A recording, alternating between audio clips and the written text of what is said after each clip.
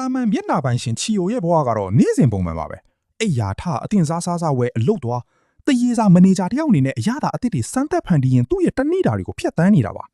သူ့ရဲ့ထုတ်ကုန်အသစ်အတွက်အကောင်းဆုံးဖော်မြူလာကိုရတဲ့ဒီစမ်းသပ်မှုတွေကိုအချိန်ချင်းလှုပ်ဆောင်နေပါတယ်ထမင်းစားချိန်တော့အချိန်မဖြုံးမဲ့အလုတ်ကိုပဲအာယုံဆိုင်နေလောက်တဲ့ဒီ तू ကဒီကိစ္စမှာအရန်ကိုမြုပ်နှံထားတာပါသူ့ဘဝကအချိန်စရာတိုင်းတတွေမတိန်လဲပတ်နေတာပါအိယာထရေချိုးအလုတ်လုတ်ချိန်ကအစ TV ကြည့်ချိန်ထိအတိအကျပါပဲဒါပေမဲ့တနေ့မှာတော့ကျမ်းမာရေးနဲ့ပတ်သက်တဲ့တရေစာအကြောင်းဆွေးနွေးမဲ့အရေးကြီးတဲ့ TV အစီအစဉ်တစ်ခုကိုသူဖိတ်ကြားခံလိုက်ရပါတယ်ရိုက်ကူးရေးစဖို့မိနစ်ပိုင်းအလိုမှာပဲမင်းသားကဇလန်းကိုပုံစံပြောင်းဖို့တောင်းဆိုလာပါတယ်ချီဟိုပြင်ဆင်ထားတာနဲ့လုံးဝမတူတဲ့စီးပွားရေးဆန်ဆန်အသွင်ပြင်မျိုးကိုမှလိုချင်နေတာပါနောက်တစ်နေ့မှာတော့ချီဟိုရဲ့ကုမ္ပဏီဝန်ထမ်းအားလုံးအရေးပေါ်အစည်းအဝေးခေါ်လိုက်ရပါတယ်သူ TV မှာပြောလိုက်တဲ့စကားတွေကကုမ္ပဏီအတွက်တကယ့်ကိုကြီးမားတဲ့ပြဿနာတစ်ခုဖြစ်လာခဲ့ပြီ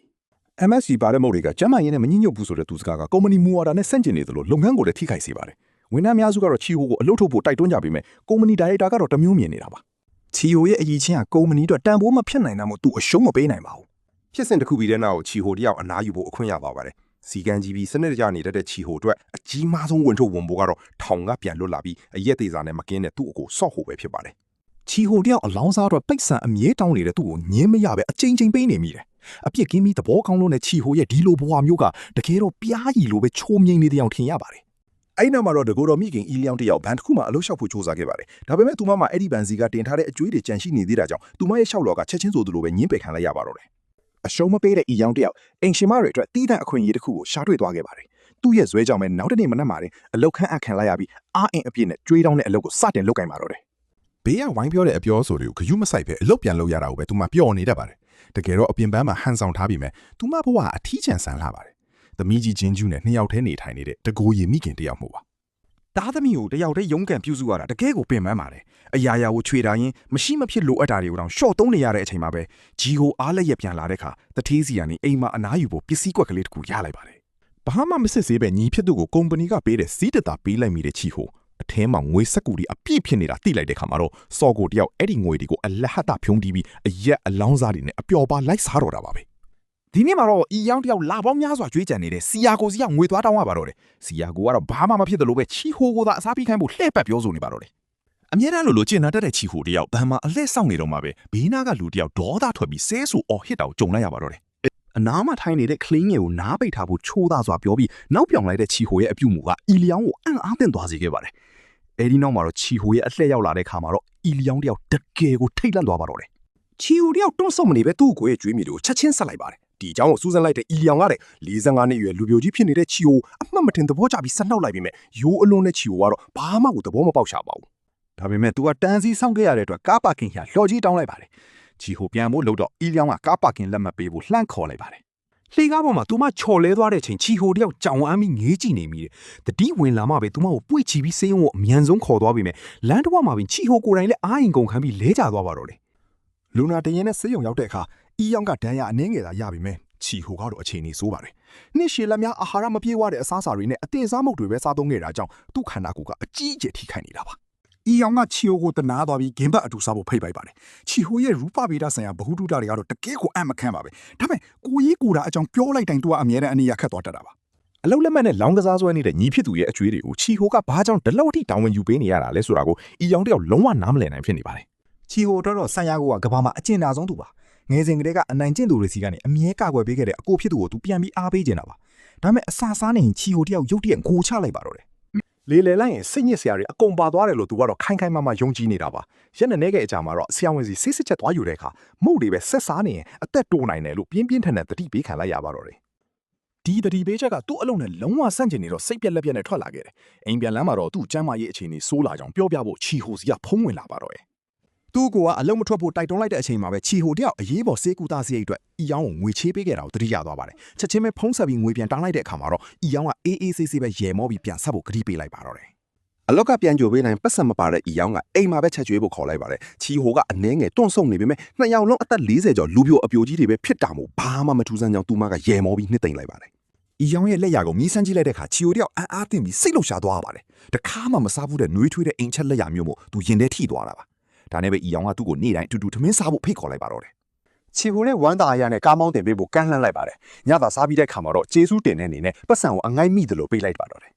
အီယောင်ရဲ့အပြောင်းကြောင့်ချီဟိုတယောက်အသက်45နှစ်မှာပထမဆုံးအချိန်ရင်ခုန်တန်တွေကိုခံစားလိုက်ရတယ်။အဲ့ဒီချိန်မှာပဲတက္ကသိုလ်ကနေပြန်ရောက်လာတဲ့ဂျင်ကျူးကတော့အိမ်ထဲမှာဟင်းလျာတွေအများကြီးမြင်လိုက်ရလို့အံ့အားသင့်သွားပါတယ်။အရင်ကအတွေ့အကြုံတွေကြောင့်သူ့အမေယောက်ျားလေးတွေကိုအိမ်ခေါ်တာကိုသူလုံးဝမနဲ့တတ်ပါဘူး။အမေရဲ့အခြေရေးတွေကအမြဲတမ်းအစိုးနဲ့ပဲအဆုံးသတ်ခဲ့ရတာကိုဒီတခါတော့အီလီယောင်တယောက်ဒီလူနဲ့ပတ်သက်ပြီးထူးခြားတဲ့ခံစားချက်တစ်ခုကိုရရှိသွားပါတယ်။ရက်တွေကြာလာတာနဲ့အမျှချီဟိုနဲ့အီလီယောင်တို့ပြန်ဆုံဖြစ်ကြပြီးကားမောင်းတင်မိတာကစလို့အတူစီးဝေထွက်တာရုပ်ရှင်ကြည့်တာမျိုးတွေနဲ့အချိန်တွေကိုပျော်ပျော်ပါပါကုန်ဆုံးခဲ့ကြပါတယ်။ချီဟိုရဲ့ဘဝပုံစံနဲ့ဒီဖြစ်ပြောင်းလဲလာပါပြီ။ရေခဲတက်တာတွေကအတင်စားအစားအစာတွေကိုဖယ်ရှားပြီးကျမ်းမာရေးနဲ့ညီညွတ်တဲ့အစားအစာတွေနဲ့အစားထိုးလိုက်ပါတယ်။ဒါပေမဲ့သူ့အနာကိုအီယိုတိုးကတ်လာတဲ့ခါတိုင်းတော့သူမယုံနိုင်သေးပါဘူး။ညဘက်တွေဆိုဖုန်းနဲ့ပဲအချိန်ကုန်နေကြတာမိုးလင်းနဲ့ထိပါပဲနောက်တော့ချီဟိုအလုပ်ပြန်ဝင်ရရင်ရောက်လာတော့သူ့ရဲ့ပျော်ရွှင်နေတဲ့ပုံစံကိုကြည့်ပြီးလှုပ်ဖို့ကိုင်းဖက်တွေကသူ့ချစ်သူရနေပြီဆိုတာချက်ချင်းပဲရိပ်မိသွားကြပါတယ်ရုပ်မချောရင်လူရှင်တော်ဖြစ်အောင်လုပ်မယ်ဆိုတဲ့စကားအတိုင်းနောက်တစ်ခေါက်တွေ့တဲ့အခါချီဟိုကပြိတ္တတွေကိုပဟေလိလေးနဲ့ဖျော်ဖြေပေးလိုက်ပါတယ်နောက်တစ်နေ့မှာတော့သူ့ကိုယ်တိုင်တော့တေချာနားမလဲတဲ့အကြောင်းအရာတွေကိုစကားစမြည်ပြောလာခဲ့ပါတယ်စနေနေ့ရောက်တဲ့အခါအေလီယောင်ကလည်းတနင်္ဂနွေနေ့မှာအားနေတယ်ဆိုတဲ့အကြောင်းချီဟိုကိုအသိပေးပြီးသူ့ကိုချင်းစီခြင်းနဲ့အရေးရောင်လေးတွေပြလိုက်ပါတယ်ဘာမှမသိချာတဲ့ချီယိုကတခြားအကြောင်းတွေရှောက်ပြောနေရမှုနောက်ဆုံးတော့အီယောင်မဲ့သူ့အပြင်လိုက်ခဲ့ဖို့ခေါ်လိုက်ရပါတော့တယ်။တနင်္ဂနွေနေ့မှာတော့သူတို့နှစ်ယောက်လူငယ်စုံတွဲလေးတွေလိုပင်လယ်ကမ်းခြေမှာချင်းတွေ့ကြတယ်။အီယောင်ကပဲလက်ကိုအရင်တွဲလိုက်တာပါ။ပြီးတော့အတူတူစားတော့ကြရင်ချီဟိုကတော့ပင်လယ်စာတွေပါတွေထက်သူ့အကြိုက်ဆုံးကြက်ကြော်ကိုပဲထပ်ပြီးမှားလိုက်ပါတော့တယ်။တနေ့တာကုံဆုံးချိန်မှာတော့သူတို့နှစ်ယောက်ကမ်းခြေနားကကားထဲကနေရုပ်ရှင်ကြည့်လို့ရတဲ့နေရာလေးစီဦးတည်သွားကြတယ်။လမ်းတစ်လျှောက်မှာချီဟိုကဟိုတယ်ဈေးဘောလေးတွေကြောင့်ပြောလိုက်မိတာကိုအီယောင်ကသဘောကျပြီးစိတ်လှုပ်ရှားစွာနဲ့သူ့ကိုနမ်းဖို့ပြင်လိုက်တဲ့အချိန်မှာတော့ချီဟိုတယောက်အလုံးမဲ့ယုံညံ့ဆန်ခတ်ဖြစ်ပြီးကားပေါ်ကနေချက်ချင်းခုန်ဆင်းသွားပါတော့တယ်။သူ့ပေါင်းမီအောက်ရောကျသွားတဲ့အခါအားလုံးရှိမှရှက်တကွဲဖြစ်သွားရတယ်။ရောက်တဲ့ရှက်ယွံ့ပြီးထွက်ပြေးဖို့ကြိုးစားပေမဲ့ချီဟိုကမျက်တောင်ခတ်ပြတဲ့အမူအရာနဲ့သူ့ကိုတားဆီးလိုက်ပါတယ်။ထူးဆန်းပေမဲ့အဆင်ပြေသွားကြတဲ့နောက်ချီဟိုအိမ်ပြန်ရောက်တော့ဆော့ဟိုကရုတ်တရက်ပေါ်လာပြီးစစ်ဆေးမိမြန်းมาတော့တယ်။သူ့ညီချင်းတွေ့နေမှဆော့ဟိုကပြက်ကလေးကိုကြည့်လိုက်တာနဲ့ချက်ချင်းရိပ်မိသွားခဲ့တာပါ။နောက်တစ်နေ့မှာတော့ချီဟိုမသိအောင်ဆော်ဟိုကအီလီယောင်နဲ့တွားတွေ့ပါတယ်။ချီဟိုဟာ10နှစ်အရွယ်ကလေးကမတော်တဆမှုတစ်ခုကြောင့်ဖွံ့ဖြိုးမှုနှေးကွေးပြီးအနိုင်ကျင့်ခံခဲ့ရတဲ့အကြောင်းကိုသူရှင်းပြလိုက်ပါတယ်။ဆာယာကိုကတော့အီလီယောင်တယောက်ချီဟိုရဲ့ပတ်စံကိုအတုံးချပြီးသူတို့သားမိဘဝကိုတိဆောက်ဖို့ကြိုးစားနေတာလို့ထင်နေတာပါ။အဲ့ဒီညမှာပဲအီယောင်တယောက်စိတ်ရှုပ်ထွေးပြီးချီဟိုစီကနေအဆက်တွေလေးဖြတ်လိုက်ပါတယ်။ဖုန်းခေါ်ရင်လည်းမကင်တော့ပဲရှောင်နေခဲ့တာပါ။ဒီလိုအခြေအနေမျိုးမှာပဲသူမရဲ့အထက်လူကြီးကအခွင့်ကောင်းယူပြီးအရက်တော့ဖို့ချင်းကပ်လာပါတော့တယ်။စားစာချင်းမှာတော့အီယောင်တယောက်သူ့ရည်ရွယ်ချက်ကိုမရိပ်မိခဲ့ဘူး။ဒါပေမဲ့နေကြော်လာတဲ့အခါမှာတော့သူမပြန်ခုခံပြီးသူ့ကိုအပြင်းထန်ရိုက်နှက်ကထွက်ခွာသွားပါတော့တယ်။အီယောင်ရဲ့အေးဆက်သွားတဲ့အပြုအမူတွေကြောင့်စိတ်ရှုပ်ထွေးပြီးကြေကွေးနေတဲ့ chief တယောက်သူမအိမ်ရှိမှာပဲစောင့်ဆိုင်နေမိပါတယ်။နောက်ဆုံးတော့သူတို့ရင်ဖွင့်ကြပါပြီ။အီလီယောင်ကလူပြိုမေဖြစ်နေလို့သူများတွေအထင်သေးမှစိုးရိမ်နေပေမဲ့ချီယိုအတွက်တော့သူမအတိတ်ကိုမကြည့်ပဲတန်ဖိုးထားမယ်တူးတဲသောအမျိုးသမီးပါပဲ။သူတို့နှစ်ယောက်ပြန်အဆင်ပြေသွားချိန်မှာပဲချီဟိုတယောက်ဘိုက်အောင်လာပါတယ်။အလောက်ကရတဲ့လစာကများပေမဲ့အစီနှစ်တွေနဲ့ဓာတုဆေးဝါးတွေပါတဲ့အစားအသောက်တွေကြောင့်သူ့ကျန်းမာရေးထိခိုက်လာတာကိုစိုးရိမ်ပြီးအလောက်ထွက်ဖို့အီယောင်ကအကြံပေးလိုက်ပါတယ်။ချီဟိုတယောက်အတော်လေးကိုစိတ်ရှုပ်ထွေးနေရပါပြီ။တစ်ဖက်မှာလည်းကုမ္ပဏီကသူ့ကျန်းမာရေးကိုလုံးဝဂရုမစိုက်တဲ့အတွက်သူ့အတွက်တော့တကေးကိုအခက်တွေ့နေရတဲ့အခြေအနေပါပဲ။သူနေမကောင်းဖြစ်တဲ့အခါဆရာဝန်ပြဖို့ပြောပြီးပြန်ကောင်းတာနဲ့အလုပ်ပြန်ဆင်းခိုင်းကြတာပါ။ဒါပေမဲ့အီလီယောင်ကတော့သူ့ကျန်းမာရေးကိုစိုးရိမ်ပြီးဒီလိုအလုပ်ခိုင်းတာကိုလုံးဝလက်မခံနိုင်ပဲသူဂရုစိုက်ပေးချင်နေတာပါ။အရင်ကအေးဆေးပြီးသဘောကောင်းတဲ့ချီဟိုတယောက်အခုတော့အမြင်ဆောင်ပြီးအလုတ်ထွက်ဖို့ထိတင်းမာလာတော့အလုတ်ဖော်တွေလည်းအံ့ဩသွားကြတယ်ဒီပြောင်းလဲမှုနောက်ွယ်မှာတစုံတယောက်ရှိနေတာကိုသတိထားမိပြီးနောက်မှာတော့သူတို့ရဲ့စူးစမ်းလိုစိတ်ကအီလီယောင်စီကိုဦးတည်သွားပါတော့တယ်ချီဟိုလိုပါရမီရှင်တယောက်ကိုလက်မလွတ်နိုင်တဲ့ကုမ္ပဏီဒါရိုက်တာဟာသူတို့နှစ်ယောက်ကြားကိုဝင်ပြီးဖျက်ဆီးဖို့ကြိုးစားပါတော့တယ်ပြဿနာတွေကတော့ဒါနဲ့တည်းမပြီးဆုံးသွားပါဘူးရီယောင်ရဲ့ရီးစားဟောင်းကကလေးတွေကိုမင်းမြန်းချင်အောင်ဆောင်ပြီးသူ့စီရုတ်တရက်ဆက်သွယ်လာပါတယ်တစ်ဖက်မှာလည်းချီယိုကလောင်းကစားအတွက်လာစာတစ်ဝက်ကိုမပေးတော့တဲ့အတွက်စော်ဟိုကဒေါသထွက်ပြီးချီယိုကိုတွေးဆောင်ဖျားယောင်းသူ့ရီးစားကိုညွှန်ကြားလိုက်ပါတော့တယ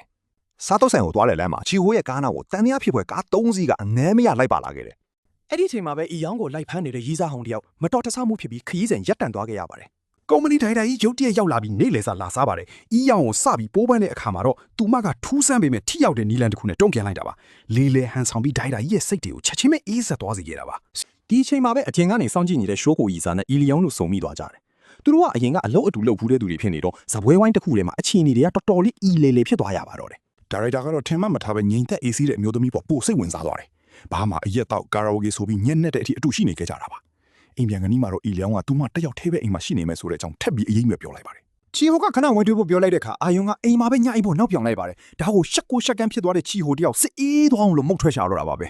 convenience store ကိုသွားမယ့်အစားသူကစေးဆိုင်ကိုရောက်သွားပြီးနှလုံးကုန်မြန်နေတဲ့အတွက်စေးတောင်းပါတယ်။စေးသမားကဘာဖြစ်မှန်းမသိလို့ကြောင်နေပေမဲ့နောက်ဆုံးမှာတော့ဒါဟာယောဂမဟုတ်ပဲအချစ်ကြောင့်ဖြစ်မှန်းသိသွားတော့တာပေါ့။အဲ့နောက်အီယောင်စီပြန်သွားတဲ့လမ်းမှာကြက်သားရောင်းသူတယောက်ရုတ်တရက်ပေါ်လာပြီးအကူအညီတောင်းပါတော့တယ်။အယောင်ဆိုင်ကကျေးဇူးတင်တဲ့အနေနဲ့ချီဟိုကိုဘီယာတပူးပေးလိုက်ပါတယ်။ပတ်စံပေးဖို့အိတ်ထဲနိုင်လိုက်တော့မှငွေဆက်ကူတွေအစားသူစုထားတဲ့ကူပွန်တွေပဲပြေးနေတာကိုတွေ့လိုက်ရတယ်။နောက်ဆုံးတော့ချီဟိုတယောက်ဘီယာဘူးကိုကင်ပြီးအီလီယောင်စီပြန်ရောက်လာခဲ့ပါတယ် ခံကောင်းတာတော့အကြာကြီးစောင့်ခဲ့ရပြီမယ်။အီလီယောင်တယောက်စိတ်မဆိုးသွားပါဘူး ချင်းတွေနေတော့မှပဲအင်မြောင်းတယောက်ဝမ်းနေစရာတဲ့တင်ကိုကြားလိုက်ရပါတယ်ဂျင်ဂျူးရဲ့ဖခင်ဖြစ်သူသူ့ရဲ့အဖော်ဟောင်းတယောက်ဆုံးပါသွားခဲ့ပါပြီ ။သူတို့เนี่ยမော်နီဟောက်စီဥတီသွားချိန်မှာတော့ဂျင်ဂျူနဲ့ချီယိုတို့ပထမဆုံးချိန်ဖြစ်စတင်တွေ့ဆုံခဲ့ကြပါပြီ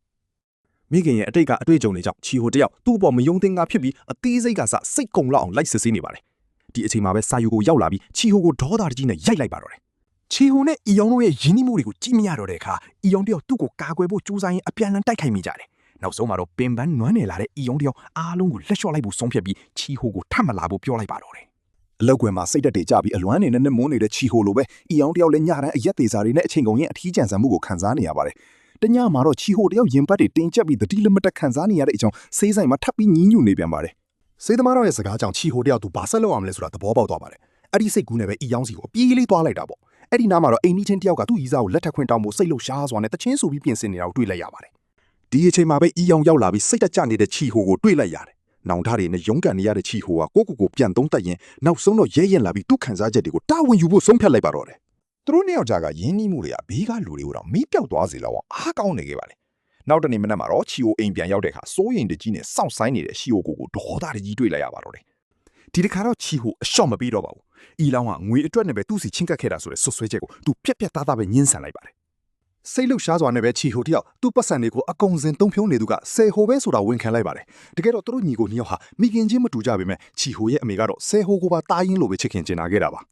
စီယိုကိုပိုင်တားရင်လိုချစ်ခင်ခဲ့ပေမဲ့တနေ့မှာတော့သူ့ရဲ့အရင်မိခင်ကပတ်စံတောင်းကိုပြန်ရောက်လာပါတယ်ဒီကိစ္စကြောင့်စိတ်ထိခဲ့သွားတဲ့စီယိုကိုတယောက်လမ်းပေါ်ထွက်သွားခဲ့ရပြီးနောက်ဆုံးမှာတော့ချီဟိုတို့သားမိကသူ့ကိုလိုက်လံရှာဖွေခဲ့ရပါတော့တယ်ကားတိုင်းမှုကြောင့်အမိဖြစ်သူဆုံးပါသွားခဲ့ရပြီးချီဟိုကိုယ်တိုင်နဲ့ဦးကောင်းထိခိုက်မှုကြောင့်ညံကြီးဖွင့်ပြိုးမှုနှေးကွေးသွားခဲ့ရပါတယ်ဒါပေမဲ့ချီဟိုကတော့ထူးခြားတဲ့ညံကြီးကိုပိုင်ဆိုင်ထားသူပါသူအနိုင်ကျင့်ခံရတိုင်းမှာတော့ရှိုကိုကအမြဲတမ်းရှေ့ကနေကာကွယ်ပေးခဲ့ရပါဒါပေမဲ့အရွယ်ရောက်လာတဲ့အခါမှာတော့စီယိုကိုတယောက်လမ်းမကိုရွေးချယ်ပြီးပြဿနာရှာတဲ့သူဖြစ်လာခဲ့တယ်စိတ်ရှုပ်ထွေးမှုတွေကြားမှာဂျင်ဂျူးကိုမြင်လိုက်ရတဲ့အချိန်သူအကြံစိုးတွေတောင်စဉ်းစားမိသွားခဲ့တာပါ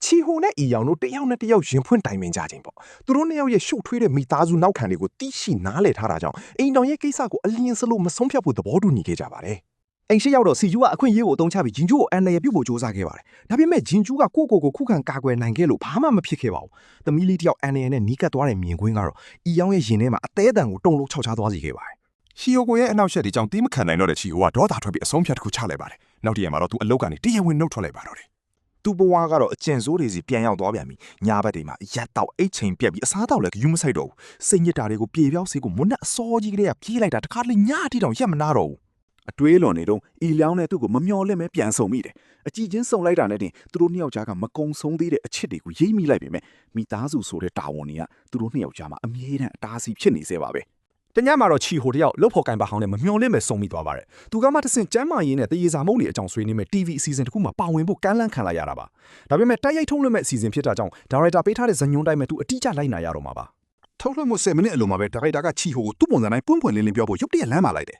အဲ့ဒီအချိန်မှာပဲဒရိုက်တာကအီယောင်တယောက်တိုင်းပြည်ကနေထွက်ခွာတော့မယ်ဆိုတဲ့သတင်းကိုပါထပ်ဖြည့်ပြောလိုက်တဲ့အခါချီဟိုတယောက်လုံးဝစိတ်မတည်မငြိမ်ဖြစ်သွားပြီးဘာကိုမှအာယုံစိုက်လို့မရတော့ဘူးအစားအစာတွေနဲ့ပတ်သက်ပြီးလိန်ညာရောင်းချမဲ့အစားသူကအမှန်တိုင်းရင်ဖွင့်လိုက်ပါတယ်မုတ်တွေကိုရန်ဖန်ရန်ခါစားရင်ပြဿနာမရှိပေမဲ့အလွန်အကျွံစားသုံးမိရင်တော့ကျန်းမာရေးအတွက်ဆိုးကျိုးတွေဖြစ်လာနိုင်တယ်ဆိုတာကိုသူအသေးစိတ်ရှင်းပြခဲ့ပါတယ်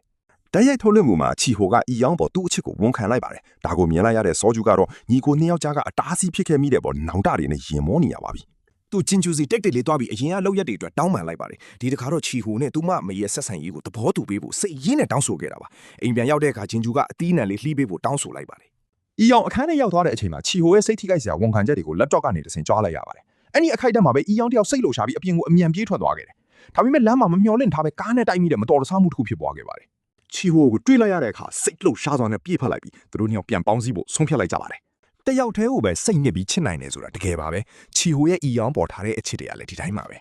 အရွယ်ရောက်ပြီးသူတွေရဲ့အချစ်ဆက်လန်းကငယ်ရွယ်သူတွေအတွက်ပဲမဟုတ်ဘူးဆိုတာကိုသက်သေပြသွားခဲ့ပါလေနောက်ဆုံးမှာတော့ချီဟိုနဲ့အီလျောင်းတို့နှစ်ယောက်စိတ်ကူးတဲ့ game pub ဆိုင်လေးကိုတွဲဖက်ဖွင့်လျင်နဲ့ဇလန်းလေးကနှွေးထွေးနဲ့အဆုံးသတ်သွားပါတယ